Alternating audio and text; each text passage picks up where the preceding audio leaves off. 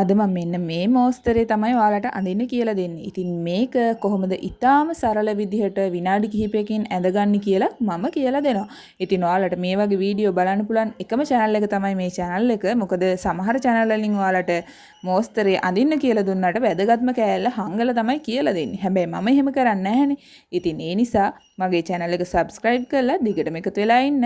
එහෙනම් අපි යමු මේක කොහොමද අඳින්නේ කියලා බලන්න. මගේ channel එකට ඔයාලව සාදරයෙන් පිළිගන්නවා. ඉතින් අපි දැන් මෝස්තරේ අඳින්න පටන් ගමු. වෙනද විදිහටම ඔයාලට පුළුවන් මෙන්න මේ වගේ කොලේ උඩිනුයි යටිනුයි නවලා සමානව මැද හොයා ගන්න. ඒක දෙපැත්තටම කරන්න ඕන. ඉතින් මම මෙතෙන්දී අද අරගෙන තියෙන ටින්ටෝ පේපර් එකක්. මේක ටිකක් ඝනකමයි. ඉතින් ඒ නිසා මම මැද හරියෙන් නවන්න යන්නේ නැහැ. මෙන්න මෙහෙම කෙලවර දෙකෙන් තමයි නවා ගන්නෙ. ඊට පස්සේ අපි ඒක යා කරගමු. හරි. ඊට පස්සේ අපිට තියෙන්නේ අර කලින් විදිහටම කොටුවක් ඇඳ ගන්න. මෙතෙන්දී අපි අඳින්නේ කුඩ මෝස්තරයක්. මේක පැති 8ක කුඩ මෝස්තරයක්. ඔයාලට සාමාන්‍ය විභාගෙට එහෙම නම් කරලා දෙනවා. එතකොට ඔයාලට මේ වගේ අඳින්න පුළුවන් වුණොත් ගොඩක් හොඳයි. ඉතින් දැන් මම මෙතන කොලේ ගන්න පුළුවන් උපරිම දුරට තමයි අරගන්නේ. ඔයාලට ප්‍රමාණ දෙනවා අඩුයිනි සමහර ලාවට මේ කුඩ මෝස්තරෙට. ඉතින් ඔයාලා දැනගන්න ඕනේ ඒක කොලේට සමබර වෙන විදිහට ලොකුවට අඳින්න. හරි. දැන් මම මෙහෙම අඩි රූල තියලා දෙපැත්තෙන්ම ලකුණු කරගන්නේ එකම ප්‍රමාණයක්. ඒ කියන්නේ ඔයාලට මම කලින් කියලා දීලා තියෙනවා කොහොමද මේ වගේ කොටස් දෙකක් ඇඳගන්නේ කියලා. ඉතින් ඕගොල්ලෝ අඟල් 9යි 9 කොටුවක් ගන්නවා නම් ඔයාලට අඟල් 4ක් රූල උඩ තියලා උඩිනුයි යටිනුයි 0.9 ලකුණු කරගන්න තමයි තියෙන්නේ. ඉතින් ඒ වගේ මම අද කොලේට සමබර වෙන විදිහට ලොකු කොටුවක් ඇඳගත්තා. මේක හරි සමාන කොටුවක්. ඒ කියන්නේ සමචතුරස්‍රාකාර විදිහට තමයි ඇඳ ගන්න ඕන. ඊට පස්සේ ඔයාලට පුළුවන් මෙන්න මේ විදිහට අඩි රූල අරගෙන ඒක යා කරගන්න මුල්ලෙන් මුල්ලට.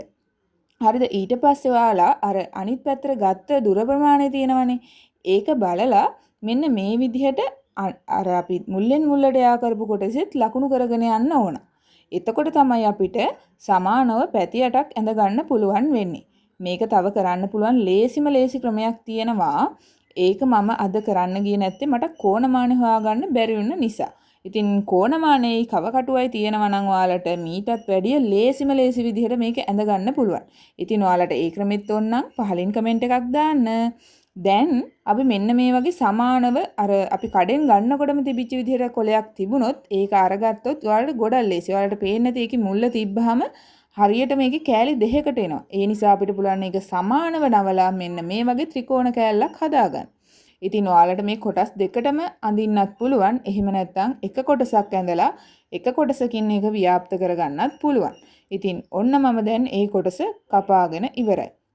හරි. දැන් මට තියෙන්නේ මේකේ ඒකකය ඇඳගන්න.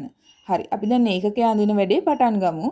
ඉතින් ඔයාලා බලාගෙන ඉන්න අද මම මොකද අඳින්නේ කියලා. අද මම සත්ව හැඩතලයක් තමයි අරගත්තේ. ඔයාලා ගොඩක් වෙලාවට කියනවනේ සත්ව හැඩතල අරගෙන එන්න කියලා. ඒ වගේම තමයි විභාගෙටත් ගොඩක් වෙලාවට සත්ව හැඩතලයක් ඇසුරෙන් මෝස්තරයක් අඳින්න වාර වැඩි. ඉතින් ඒ නිසා ඔයාලා අනිවාර්යෙන්ම සත්ව හැඩ ටිකක් ඇඳලා තියාගන්න එක හොඳයි.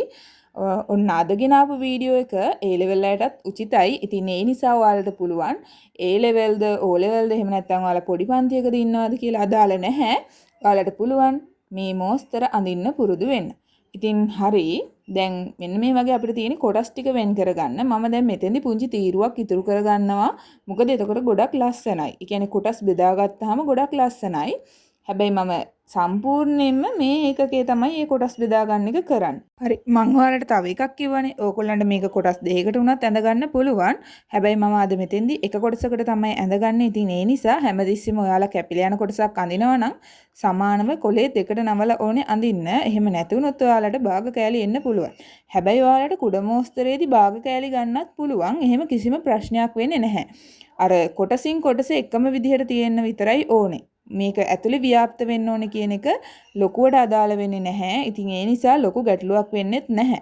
හැබැයි ඕගොල්ලන්ගේ මෝස්තරේ ලස්සනට එනවද නැද්ද කියලා බලලා ඔයාලට පුළුවන් ඒ භාග කෑලි උනත් එකතු කරගන්න. ඉතින් අද මම මෙතෙන්දී මෙන්න මේ වගේ පොඩ සමාන කරලා තමයි අරගන්නේ. එතකොට මට හිතෙනවා මේක ටිකක් වෙනස් විදිහකට එයි කියලා. ඉතින් එහෙනම් දිගටම බලාගෙන ඉන්නකෝ.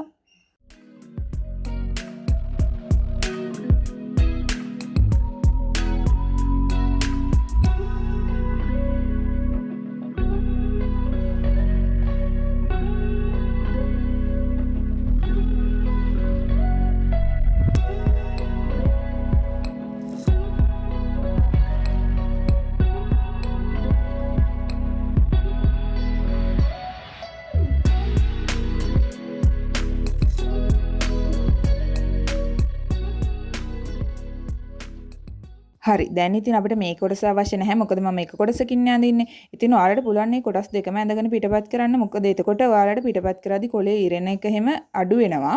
මෙහෙම පිටපත් කරද්දි අර ගොඩක් පාරක් අඳිනකොට කොලේ ඉරෙන්න එහෙම බලනවා. ඉතින් ඔයාලට දෙකක් අරගෙන අඳින්නත් පුළුවන්. හැබැයි මේ විදිහට නෙමෙයි මෝස්තරේ එන්නේ වෙනස් විදිහකට. ඒ කියන්නේ මාළු දෙන්නෙක් මුණට මුණ බලාගෙන ඉන්නවා වගේ ඉන්නේ. එතකොට ඒ ක්‍රමයට කැමති අයට ඒ විදිහට අඳින්නත් පුළුවන්. ඔන්න දැන් මම මේ විදිහට ඇඳගෙන යනවා. ඊට පස්සේ තමයි අඩිරූලෙන් අඳින කොටස් ටික අඳින්න යන්නේ. මොකද එහෙම ඇඳාම තමයි ගොඩක් සමානව ඇඳ ගන්න පුළුවන් වෙන්නේ. ඉතින් අපි ඉක්මනට ඒ ටිකත් ඇඳගමු. ඊට පස්සේ අපිට තියෙන්නේ පාට කරන වැඩි. දැන් මම කලින් ඒකකේ අරගත්තේ නැහැ. හැබැයි වටේට තීරුවක් තව එකතු කරගත්තා. මොකද එතකොට ගොඩක් ලස්සනයි. මගේ කොලේ තව ඉඩ ඉතුරු වෙලා තිබුණ නිසා තමයි මම මේ වැඩේ කළේ. ඔයාලටත් පුළුවන් අන්තිමට මේ වගේ ලස්සන තීරු බෙදලා තියාගන්න. එතකොට ඔයාලට පාට කරනකොට එහෙම ගොඩක් ලස්සනට පාට කරගන්න පුළුවන්. මම මේ දියසායම් පෙට්ටිය ගත් එක ගැන ගොඩක් දුක් වෙනවා. ඉතින් ඒ වුණාට මේක විසි කරන්නත් බැරි නිසා මම මේකෙම තමයි අදත් පාට කරන්නේ. අන්තිමට පාට පුරවන ඒවයි, අවුට්ලයින් කරන ඒවයි ඇක්‍රලික් කලර්ස් වලින් තමයි කරන්න හදන්නේ. ඉතින් ඔයාලා මේ විදිහට කරන්න අවශ්‍ය නැහැ. ඔයාලා දියසායම් වලින්ම දිගටම වැඩේ කරගෙන යන්න පුළුවන්.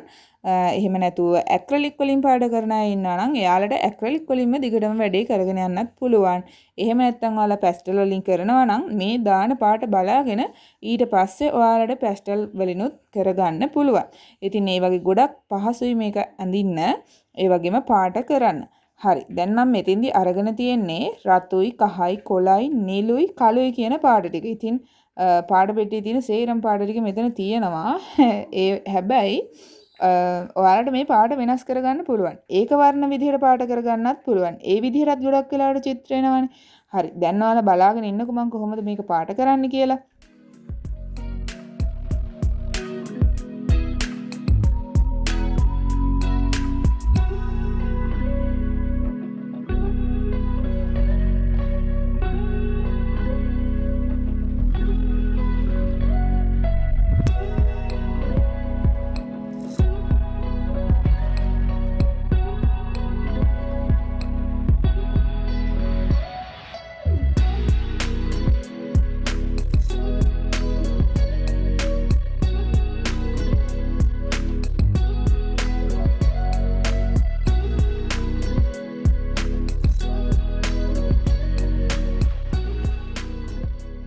මම දැන් මෙතෙන්දි කරන්නේ පාට දෙකක් අරගෙන ෂේඩ් කරන එක. මම දැන් මැදට ගත්තේ මල වගේ කොටසට රතුයි කහයි. දැන් ගත්තේ කොළයි කහයි. දැන් මේ පාට ටික බැලන්ස් කර කර තමයි මම පාට කරන්න හදන්නේ. මම මාළු වගේ ඇඟට නිල් පාට එකතු කරගන්න තමයි හිතාගෙන ඉන්නේ.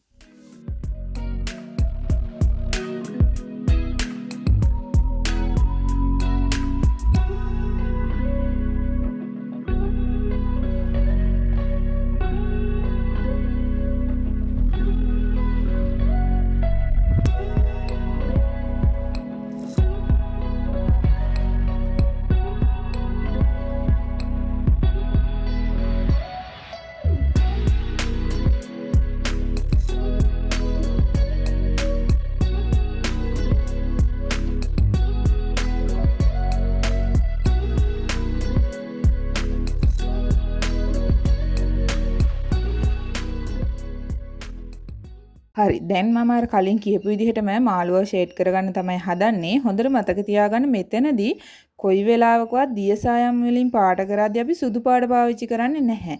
ඒ වෙනුවට පාවිච්චි කරන්නේ වතුරම තමයි. ඉතින් මේකෙදි මම මේ වගේ පැති දෙකකට නිල් පාට එකතු කරලා ඊට පස්සේ වතුර වලින් තමයි ෂේඩ් කරගන්නේ.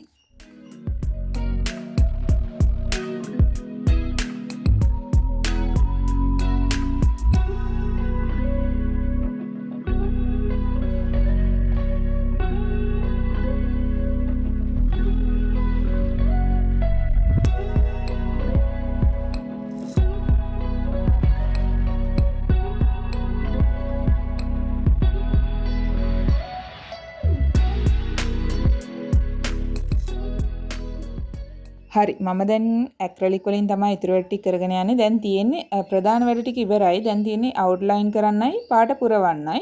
ඉතින් මම මුලින්ම මෙන්න මේ වගේ පාට ටික අරගත්ත ඇක්‍රලික් කලර්ස් වල රතුයි, නිලුයි, කොළයි, කළුයි කියන පාට තමයි අරගත්තේ. දැන් මම මේකේ මාළුවා වටේට මේ රතු පාට පුරවනවා පුංචි තීරුවක් සුදු පාටින් ඉතුරු වෙන විදිහට. මම ඔයාලට කලින් වීඩියෝ එකෙදිත් ඒක කරන විදිය හොඳට පැහැදිලිව කියලා දුන්නා. ඉතින් මේකෙදිත් ඒ විදිහටම පුරවනවා. මොකද එතකොට මේ මාළුවාගේ රූපේ ලස්සනට පසුබිමත් එක්ක වෙන් වෙලා හොඳට පේන්න ගන්නවා. ඉතින් ඒ නිසා ඒ ක්‍රමේ මේ මෝස්තර පාට කරද්දි ගොඩක් ලස්සන වැඩක්. හරි. දැන් ඊට පස්සේ මෙන්න මේ වගේ තවත් රතු පාටින් පුරවන්න ඕනේ තැන් ටික පුරවලා ඉතුරු ටිකත් ඒ විදිහටම පාට පුරවන්න තමයි හදන්නේ. ඊට පස්සේ අපිට තියෙන්නේ මාළුවගේ අර පිළිපොතු ටික ඒ ටික අඳින්න ඒවත් පාට පුරවනවා ලස්සනට. ඉතින් ඒව ඔයාලට ඒකකින් අච්චු ගහලා අඳින්න ඕනේ නැහැ. ඔයාලට මේ මෝස්තරේ පාට කරද්දී එකතු කරගන්න පුළුවන්.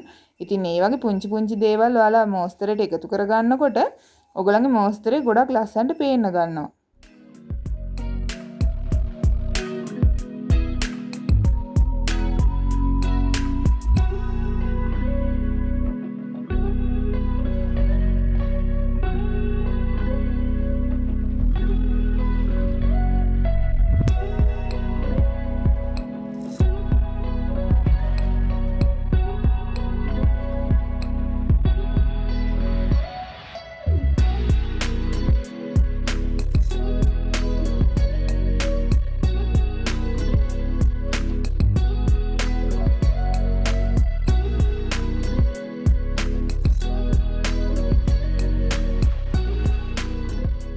ඔයාලා ගොඩක් වෙලාවට මේ වගේ පාට පුරවනකොට කළු පාට එකතු කරගන්නවානේ. අවුට්ලයින් කරනකොටත් ඒ වගේ. හැබැයි හොඳට මතක තියාගන්න අවුට්ලයින් කරනකොට කළු පාට විතරක්ම පාවිච්චි කරන්න එපා. එතකොට ටිකක් මෝස්තරේ අර අඳුරු ගතිය වැඩි වෙනවා. ඉතින් ඒ නිසා ඔයාලට පුළුවන් ඔයාලා ගන්නකොට හැමතිස්සෙම ඔයාලා ගත්ත පාටට වැඩිය පොඩ්ඩක් කළු පාට එකතු කරපු තද පාට එකේ අරගන්න. දැන් මම මේ මාළුවන්ගේ කොරපොතු අඳින්නත් ඒ විදිහට තමයි පාට හදාගත්තේ. ඉතින් ඒක තමයි ගොඩක් ලේසි ක්‍රමේ සහ ලස්සනටම ඔයාලට පාට කරගන්න පුළුවන් ක්‍රමේ. ඊට පස්සේ ඔයාලට පුළුවන් ප්‍රධාන වශයෙන්ම තියෙන අවුට්ලයින් ටික කළු පාටින් ඇඳ ගන්න. එහෙම නැත්නම් ඔයාලට අවශ්‍ය තැනකට විතරක් කළු පාට පුරවන්න අරගන්න පුළුවන්. එතකොට ඔයාලගේ මෝස්තරේ ලස්සනට පාට කරලා ඉවර කරගන්න පුළුවන්.